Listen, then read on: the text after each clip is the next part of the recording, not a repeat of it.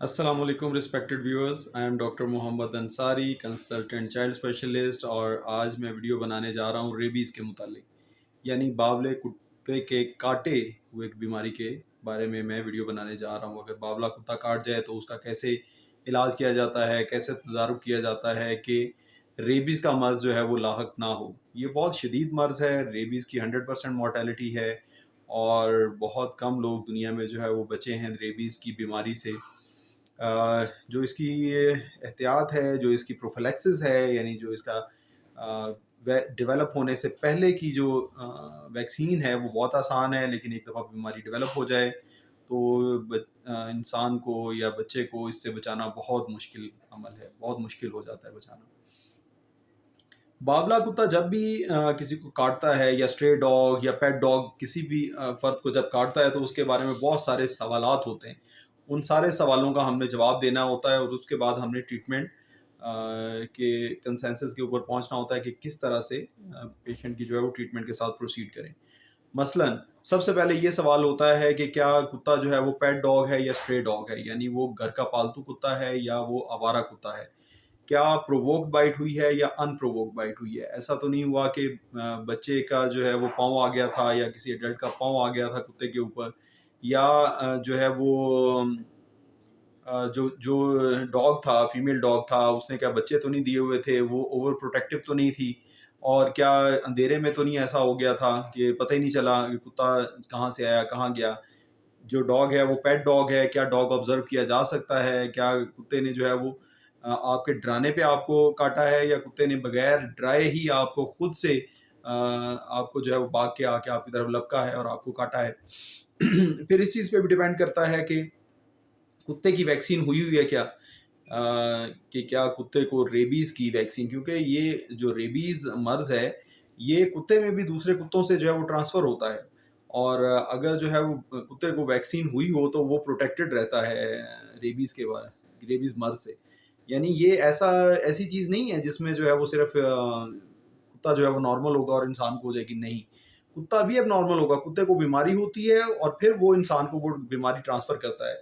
बाज़ औक़ात वो अलामत आने से पहले जो है उसमें कुत्ते में जो है वो काटना शुरू कर देता है, और बाज़ औक़ात अलामत आने के बाद कुत्ता जो है वो बावला कुत्ता जो है वो देखने में उसकी कुछ निशानियाँ होती हैं कि वो जो है वो बस भागे जा रहा होता है, और उसकी जो है वो विज़ुअल भी उसकी फ़ील्ड क्लियर नहीं होती कि वो किस तरफ जा रहा है, वो टकरा रहा होता है चीज़ों से, और उसके मुँह से जो है वो झाग आ रही होती है, वो कुछ खाने-पीने के काबिल नहीं होता, क्योंकि इसमें हाइड्रोफोबिया हो जाता है। जो भी डॉग है या ह्यूमन बीइंग है, जब वो पानी की तरफ देखते हैं तो उनको बहुत शदीद खौफ आता है। ये सारा का सारा जो हल्क है वो ऐसे शिकंजे की तरह बंद हो जाता है जब भी पानी को देखता है ऐसा पेशेंट, तो इस अमल को हाइड्रोफोबिया कहते हैं।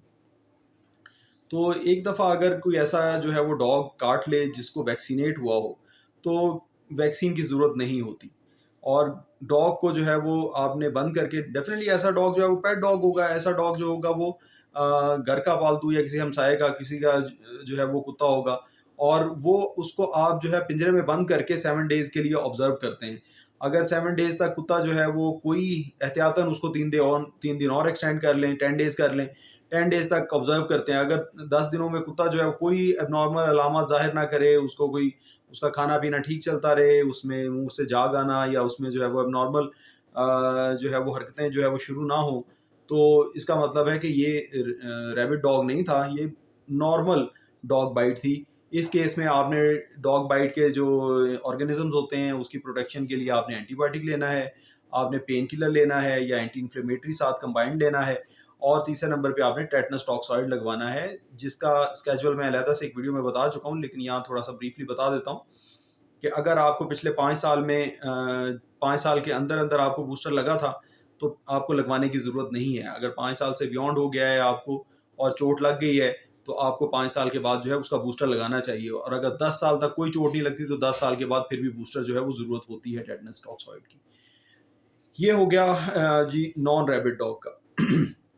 अगर रैबिट डॉग, स्ट्रे डॉग, किसी भी किस्म का और भी एक कुत्ता काटता है तो ज़ख्म की कैसे एहतियात करनी है, ये भी मैं बताता जाऊँ। चाहे आपको वैक्सीनेटेड डॉग काटे, चाहे नॉन वैक्सीनेटेड डॉग काटे, उसमें आपने ज़ख्म की कैसे एहतियात करनी है, ये बड़ा ज़रूरी है। ज़ख्म को आपने सोप वाटर से, यानी साबुन ले लेना है आपने, और ज़ख्म के ऊपर आपने मले जाना है और पानी के नीचे आपने रख लेना है।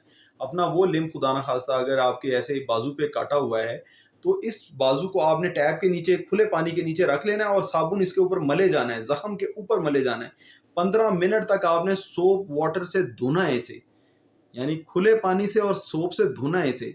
ऐसा करने से जो जरसूमा होता है वो वो मर जाता है। ये बड़ा ज़रूरी अमल है रेबीज़ की प्रिवेंशन के लिए, कि आपने जो है वो जो हिस्सा आपका है उसको लगातार आपने सोप और वाटर से धोए जाना है, धोए जाना है, धोए जाना है, 15 मिनट के लिए धोना है। और उसके बाद फिर आपने जो है वो बाकी जो है चीज़ें सोचनी है। ये घर पे करने के लिए होता है काम, कि घर पे आप हॉस्पिटल पहुँचने से पहले आप 15 मिनट्स के लिए उसे अच्छी तरह से धोएँ। अगर अब स्ट्रे डॉग है तो इसमें 2 वैक्सीन्स लगेंगी, या आपको अगर आपको आप कुत्ता जो है वो ट्रेस नहीं कर सकते, लेकिन अगर कुत्ता जो है वो स्टिल ट्रेस कर सकते हैं और अनप्रोवोक्ड बाइट है, आपने प्रोवोक नहीं था किया कुत्ते को, और कुत्ता जो है वो कोई अभी तक एबनॉर्मल जो है वो साइन एंड सिम्टम शो नहीं कर रहा, बीमारी के रेबीज़ के साइन एंड सिम्टम शो नहीं कर रहा, तो आपने कुत्ते को तो पिंजरे में बंद करना है, उसको 7 से 10 दिन के लिए ऑब्जर्व करना है और खुद से रेबीज़ की वैक्सीन जो है वो लगवानी शुरू कर देनी है। फर्स्ट डोज इसकी 0 डे पे होती है, फिर 3 डे पे होती है, यानी अगर आज लगी है तो कल, परसों और तरसों फिर लगेगी। कल नहीं लगेगी, परसों नहीं लगेगी, लेकिन तरसों लगेगी। 0, 3, 7 डेज पे इसी तरह से 7 डेज, 7th डे जो है वो भी पहले दिन से 0 डे से काउंट होता है। 0 डे जिस दिन पहली वैक्सीन लगे उसको डे 0 कहते हैं। 0, 3, 7, अगर 7 डे तक लगने और 14 के डोज लगने से पहले कुत्ता बिल्कुल नॉर्मल है तो आपको और वैक्सीन की ज़रूरत नहीं है। लेकिन अगर आपका जो है वो एरिया इस तरह का है कि आप को जो है ना बार-बार कुत्तों से एक्सपोज़र का डर है, और आपको जो है वो आपका आपका जो है वो ऑक्यूपेशन ऐसी है कि आप जो है वो डॉग्स के साथ जो है डॉग्स हैंडलर है, तो फिर आप 14 डेज़ पे भी लगवाएँ और 28 डेज़ पे भी लगवाएँ, और इस तरह से 14, 28 और एक बूस्टर आप 90 डेज़ पे लगाएँ तो आप ज़िंदगी भर के लिए प्रोटेक्ट हो जाते हैं। ज़िंदगी भर के लिए प्रोटेक्ट हो जाते हैं। ऑल्दो जो न्यूअर गाइडलाइंस हैं उसमें नंबर ऑफ वैक्सीन्स जो हैं वो कम कर दी गई हैं। लेकिन स्टिल मैं यही रिकमेंड करता हूँ कि ओल्ड इज़ गोल्ड, जो इसकी 5 डोज़ रेजीम है विद 90 डेज बूस्टर, वो सबसे गोल्ड स्टैंडर्ड है अभी भी, और उसी को फॉलो किया जाए। जो है 6 डोज रेजीम है, इसी को फॉलो किया जाए। इसमें क्योंकि चांसेस ऑफ रिकरेंस, क्योंकि आप एक दफ़ा जब करवा रहे हैं डोज, तो एक आध डोज एडिशनल लेने से आपको ज़िंदगी भर की प्रोटेक्शन मिल जाएगी। आपको फिर बार बार ये करवाने की ज़रूरत नहीं है। फिर आपको कोई डॉग काटता है तो आपको ज़रूरत नहीं पड़ेगी, आपको किसी बूस्टर की भी ज़रूरत नहीं पड़ेगी, क्योंकि आप जो है इससे इंशाल्लाह ज़िंदगी भर के लिए इम्यून हो जाएंगे। फिर साथ इसके जो है वो आपने एक तो ज़ख्म को धो लिया, दूसरे नंबर पे आपने वैक्सीन लगवा ली, ह्यूमन रेबीज़ जो है वो वैक्सीन लगवा ली, ह्यूमन डिप्लॉयड सेल वैक्सीन इसको कहते हैं, ये आपने लगवा ली। उसके बाद तीसरे नंबर पे आपने जो है वो टेटनस का इंजेक्शन लगाना है, चौथे नंबर पे एंटीबायोटिक लेना है, पाँचवें नंबर पे आपने पेन किलर लेना है, और छठे नंबर पे इम्यूनोग्लोबुलिन्स, ह्यूमन रेबीज़ इम्यूनोग्लोबुलिन्स जो हैं वो लगाने की ज़रूरत पड़ सकती है अगर आपका कुत्ता जो है वो ट्रेसेबल नहीं है, अगर बहुत गहरा ज़ख़म आया है, अगर स्कल के सर के नज़दीक ज़ख़म आया है, सर पे या गर्दन पे ज़ख़म आया है, या जो है वो आपकी रीढ़ की हड्डी के बिल्कुल नज़दीक ज़ख़म आया है, तो फिर जो है वो ह्यूमन रेबीज़ इम्यून ग्लोबुलिन भी लगाने की ज़रूरत हो सकती है। क्योंकि ये जो वायरस है ये जल्द के रास्ते दाखिल होता है, ये हमारे असाब में एंटर होता है, असाब के रास्ते ये दिमाग तक पहुंचता है और दिमाग में जाके बीमारी पैदा करता है। तो ह्यूमन रेबीज़ इम्यूनोग्लोबुलिन जो है ये काफ़ी एक्सपेंसिव मेडिसिन है, ये इसको लगाने का तरीका जो है वो मैं अभी बताऊंगा कि किस तरह से लगाते हैं। फ़र्ज़ करें कि मेरे जो है वो इस साइड पे यानी उल्टी साइड पे जो है वो कुत्ते ने काट लिया है, तो इसी साइड पे इंट्रामस्कुलर मैं इम्यूनोग्लोबुलिन लगाऊंगा, सॉरी इंट्रालीजनल जहाँ पे वूंड है उसके अंदर इम्यूनोग्लोबुलिन लगाऊंगा, और उसी साइड पे या डेल्टॉइड में या थाई में या ग्लूटियल में मैं जो है वो बाकी बचा हुआ आधा मैक्सिमम इन्फिल्ट्रेट करूंगा इधर ही जख्म के अंदर। अगर जख्म बहुत बड़ा है तो आप ज़्यादा भी इन्फिल्ट्रेट कर सकते हैं, अगर जख्म जो है वो छोटा है तो आप थोड़ी मिकदार में इन्फिल्ट्रेट कर दें, और आधा तकरीबन इन्फिल्ट्रेट कर दें अगर ज़ख्म छोटा है, और बाकी सेम साइड पे इंट्रामस्कुलर लगा देंगे, उसी साइड पे, उसी हाफ ऑफ बॉडी पे, हाफ ऑफ बॉडी में उसी साइड पे लगाएंगे बाकी ह्यूमन रेबीज इम्यूनोग्लोबुलिन। और दूसरे एंड पे डेल्टॉइड पे यानी बॉडी के दूसरे हाफ में डेल्टॉइड में आप जो है वो ह्यूमन डिप्लॉयड सेल वैक्सीन जो कि एंटी रेबीज वैक्सीन है उसको आप लगाएंगे। ये थोड़ा सा मिसअंडरस्टूड है। लोग अक्सर जो है वो इस तरह से करते हैं कि इस साइड पे अगर जख्म है तो इधर इन्फिल्ट्रेट करके फिर बाकी बचा हुआ उल्टी साइड पे लगा देते हैं, तो फिर ये इस तरह मुश्किल हो जाता है, ये गलत हो जाता है एक तरह से। ये स्कीमेटा जो है ये बिल्कुल गलत है। इससे ऐसा करने से आप जो है फिर ह्यूमन रेबीज इम्यूनोग्लोबुलिन किस साइड पे लगाएंगे, ये हाफ ऑफ बॉडी के हिसाब से लगता है। Sorry, human diploid cell vaccine किस तरफ लगाएंगे, ये बॉडी के हाफ्स में लगती है। यानी एक तरफ जिस तरफ काटा है उस तरफ आपने इम्यूनोग्लोबुलिन लगाना है और दूसरी तरफ दूसरे हाफ पे आपने ह्यूमन डिप्लॉयड सेल वैक्सीन लगानी है। और अगर बहुत एक्सटेंसिव है तो आपने इंट्रामस्कुलर लगा देनी है ह्यूमन डिप्लॉयड सेल वैक्सीन, और जो इम्यूनोग्लोबुलिन है वो सारे वोन्स के नीचे इन्फिल्ट्रेट कर देना है। ये थी मेरी व्यूअर्स आज की वीडियो रिगार्डिंग रेबीज। इसकी घर पे क्या केयर करें, घर पे कैसे जो है वो वुंड को केयर करें, क्योंकि सोप वाटर से ये जरसूमा, ये वायरस जो है वो मर जाता है और बहुत बेहतरी आ जाती है। बहुत कम चांसेस रह जाते हैं कि पेशेंट को जो रेबीज़ डेवलप होगा और ये नर्व तक पहुंचेगा वायरस और रेबीज़ कॉज करेगा। इस वजह से बड़ा ज़रूरी है कि घर पे जो है 15 मिनट के लिए, जैसे ही कुत्ता काटे तो 15 मिनट के लिए उस ज़ख़म को धोया जाए, और ऐसे ज़ख़म को स्टिच नहीं करते।